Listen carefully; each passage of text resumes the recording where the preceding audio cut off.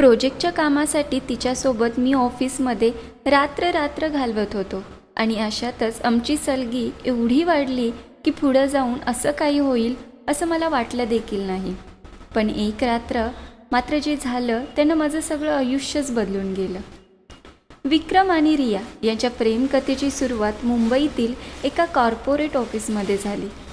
विक्रम एक अतिशय हुशार आणि मेहनती इंजिनियर होता. ते रिया मार्केटिंग विभागात काम करत होती. दोघांच्या विभागामध्ये एकत्र काम करण्याची अनेक वेळा संधी येत होती आणि हळूहळू दोघांमध्ये मैत्री वाढली. एके दिवशी ऑफिसमध्ये एका मोठ्या प्रोजेक्टसाठी दोघांना एकत्र काम करण्याची संधी मिळाली. त्या प्रोजेक्टवर काम करताना दोघांच्या मैत्री अधिक गाढ झाली. रियाला विक्रमच्या प्रामाणिकतेची आणि मेहनतीची खूप प्रशंसा होती, तर विक्रमला रियाच्या बुद्धिमत्तेची आणि सृजनशीलतेची खूप आवड होती.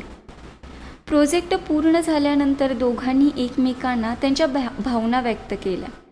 विक्रमने रियाला सांगितलं की तुझ्याशी बोलताना माझं मन शांत होतं आणि तुझ्याशी वेळ घालवणं खूप आनंददायी आहे. रियानेही विक्रमच्या मनातल्या भावना जाणवल्या होत्या आणि तिनेही त्याला सांगितलं की तुझं सोबत असणं माझ्यासाठी खूप खास आहे. त्यांचे प्रेमसंबंध सुरू झाले आणि दोघेही एकमेकांच्या साथीने अनेक सुंदर क्षण घालवत होते. पण त्यांच्या प्रेमकथेचा प्रवास सहज नव्हता. काही महिन्यानंतर विक्रमच्या कंपनीने त्याला एका मोठ्या प्रोजेक्टसाठी परदेशात पाठवण्याचा निर्णय घेतला.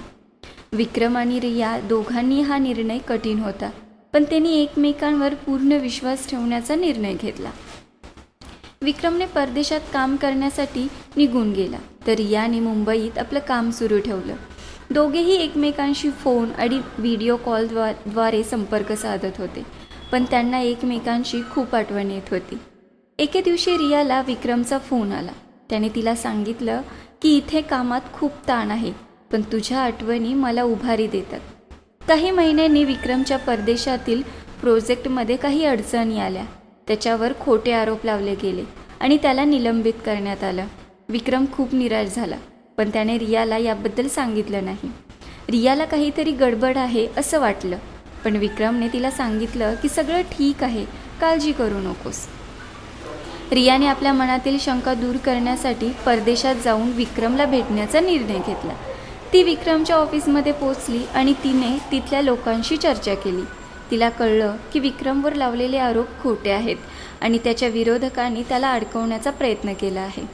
रियाने तिथल्या अधिकाऱ्यांशी चर्चा करून विक्रमच्या निर्दोषतेचे पुरावे दिले. विक्रमला त्याच्या निर्दोषतेचा पुरावा मिळाल्यावर त्याची निलंबन हटवली गेली आणि त्याला परत कामावर घेण्यात आलं. विक्रमला रियाच्या धाडसाने आणि प्रेमाने खूप प्रभावित केलं. त्याने तिला मिठी मारून सांगितलं की तू माझ्या आयुष्यातील सगळ्यात मोठा आधार आहेस. विक्रमने परदेशातील प्रोजेक्ट यशस्वीपणे पूर्ण केले आणि त्याला प्रमोशन मिळालं. तो परत मुंबईत आला आणि रियाला भेटला. दोघांनी एकमेकांना वचन दिलं की कोणत्याही परिस्थितीत एकमेकांवर विश्वास ठेवतील आणि एकमेकांची साथ कधीही सोडणार नाहीत. काही महिन्यांनी विक्रम आणि रियाने आपल्या कुटुंबाच्या सहमतीने विवाह केला. त्यांच्या प्रेमाने आणि विश्वासाने त्यांचं जीवन आनंदमय झालं. त्यांनी एकत्रितपणे जीवनातील प्रत्येक क्षणाचा आनंद घेतला आणि एकमेकांना आधार दिला. वर्षानुवर्षे विक्रम आणि रियाचे प्रेम अधिकाधिक घट्ट होत गेले. त्यांच्या नात्यातून आपल्याला शिकायला मिळतं की प्रेम आणि विश्वास हेच कोणत्याही नात्याचे खरे बळ आहेत.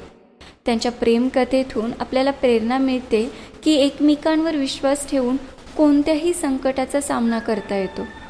त्यांच्या प्रेमाच्या या गोड कहाणीतून आपल्यालाही प्रेमाचा खऱ्या अर्थाने महत्त्व समजतं. विक्रम आणि रियाच्या प्रेमकथेने त्यांच्या जीवनात आनंद आणि समाधान आणलं होतं.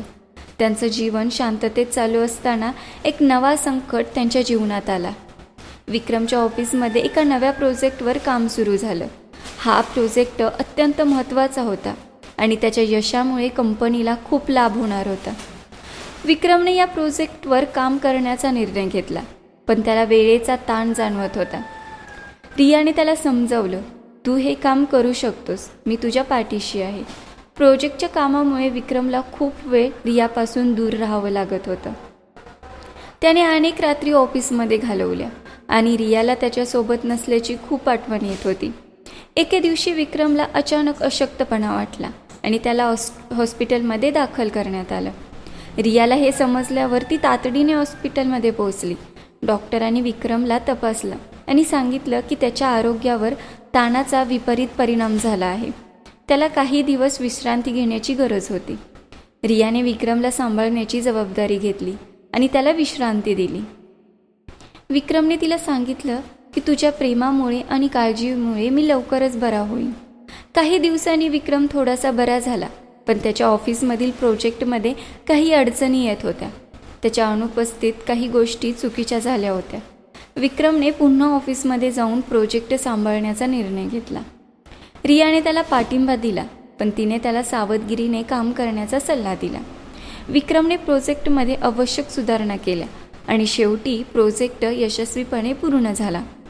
कंपनीने त्याच्या मेहनतीचं कौतुक केलं आणि त्याला मोठं प्रमोशन दिलं. विक्रमने रियाला मिठी मारून सांगितलं की तुझ्या विश्वासाने आणि प्रेमाने मी हे सगळं करू शकलो.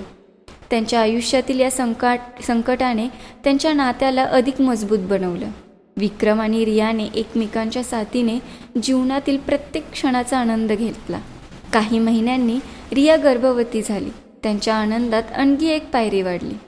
विक्रमने रियाची काळजी घेतली आणि तिच्यासोबत प्रत्येक क्षण साजरा केला. काही महिन्यांनी रियाने एका गोंडस मुलाला जन्म दिला. त्यांनी मुलाचं नाव आरुष ठेवलं. आरुषच्या आगमनाने त्यांच्या जीवनात आनंद आणि उत्साह आणला. विक्रम आणि रियाने आपल्या मुलाला उत्तम शिक्षण आणि संस्कार दिले. आरुष खूप हुशार आणि चपळ होता. त्याने आपल्या आईवडिलांच्या प्रेमातून आणि संस्कारातून खूप शिकला. त्यांच्या लहानपणातील प्रत्येक क्षणाने विक्रम आणि रियाला आनंद दिला. वर्षानुवर्ष विक्रम आणि रियाचं प्रेम अधिकाधिक गाढ होत गेलं. त्यांच्या नात्यातून आपल्याला शिकायला मिळतं की एकमेकांवर विश्वास ठेवून कोणत्याही संकटाचा सामना करता येतो. त्यांच्या प्रेमकथेतून आपल्याला प्रेरणा मिळते की एकमेकांना संपूर्ण निष्ठा आणि प्रेम देऊन जीवनातील प्रत्येक क्षणांचा आनंद घेता येतो. त्यांच्या या प्रेमाच्या या गोड कहाणीतून आपल्यालाही प्रेमाचा खऱ्या अर्थाने महत्त्व समजतं.